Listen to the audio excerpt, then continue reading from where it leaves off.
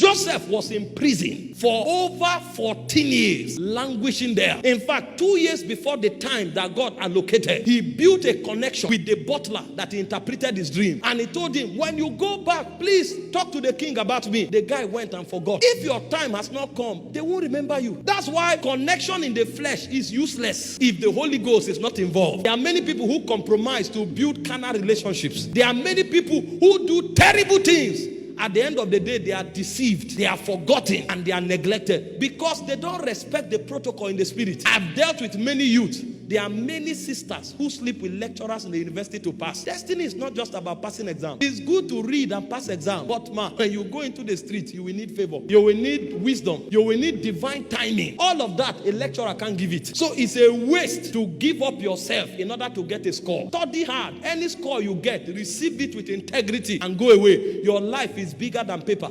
Psalm 105 verse 17. He sent a man before them. Even Joseph, the Bible said he was sent. What a way to send a man. He was in the pit. He was a houseboy. He was accused. He was put in prison. Is that how God sends men? Yes. What you call a life of pain and sorrow was a divine errand. But the guy knew. He knew that although things are not working now, but all things will eventually work for my good. For all things work together for good to them that love God, to them who are called according to his purpose. And so while he was in prison, he was waiting for his time. So when Potiphar's wife came, sleep with me, he said, no.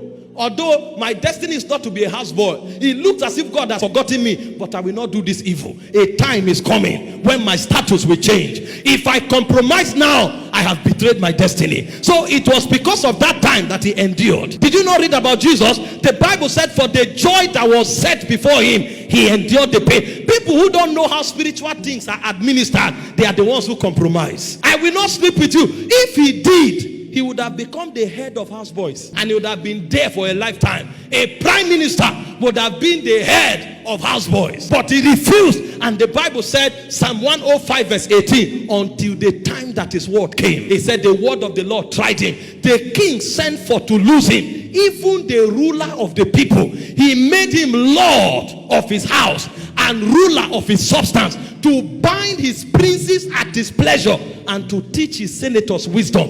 Imagine, Potiphar was not even a senator. The guy was going to a level in life where senators will become his students and disciples. What if he compromised? He knew that there was a time. He knew that there was a season where everything that pertained to his deliverance will happen. Hear me, women of God. It doesn't matter if you are in a pit. It doesn't matter if you are frustrated. Keep your ground. Your time is in the spirit. When that moment comes, the Bible said he lifted up the beggar from the dunghill, and he causes him to stand among princes that they may inherit throne. You will not end where you are. You are on a journey. Wait for your time.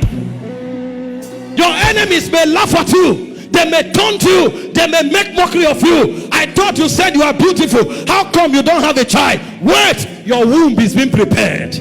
Think about Elizabeth. She was not giving birth until she was old. But that womb needed to be incubated with prayer, because the one that was coming was a voice crying in the wilderness. It's not every womb that can carry that child. So it's not about the number of children. It's about the weight of destiny that they carried. And when the guy showed up, they said, who are you? He said, I'm the voice of the one crying in the wilderness. Prepare a way for the Lord. He took an intercessor to raise that child. So it was not marital delay. It was not delay in giving birth. It was incubation process for a prophet. A prophet that could bring forth the Messiah. Do you know the testimony of Jesus concerning John? He said, of all men that lived, he said there was none greater than John. That was the child Elizabeth carried. What if she didn't wait for her time? There is nothing you are going through that you cannot be delivered from. But it takes a timing. There is a time allocation in the spirit. And I don't know about you, but me, I will wait for my time. I'm not looking for anybody outside God to help me. I'm not looking for any mechanical means to go ahead. The race is not to the swift, neither is the battle to the strong. It's of the Lord that showeth mercy. I'm not moved by what men say. When I look to the east, I know that my Redeemer liveth. It may not appear as if it is working, but I know that all things work together for good to them that love God, to them that are called according to his purpose. Don't bother about those mocking you. That's not where your destiny is going to. Did you read about Hannah? The Bible said Peninnah made a mess of her. Every time they went to Shiloh, Shiloh was supposed to be the high place of worship, but it was in the place of worship that she was mocked, so that she couldn't access her God. But a day came, she realized that this thing is a distraction, and she went before God. She left every distraction aside, and she was laboring in prayer, and God remembered Hannah. God remembered Hannah. When your time comes, God will remember you. I prophesy over someone, this is your season of remembrance.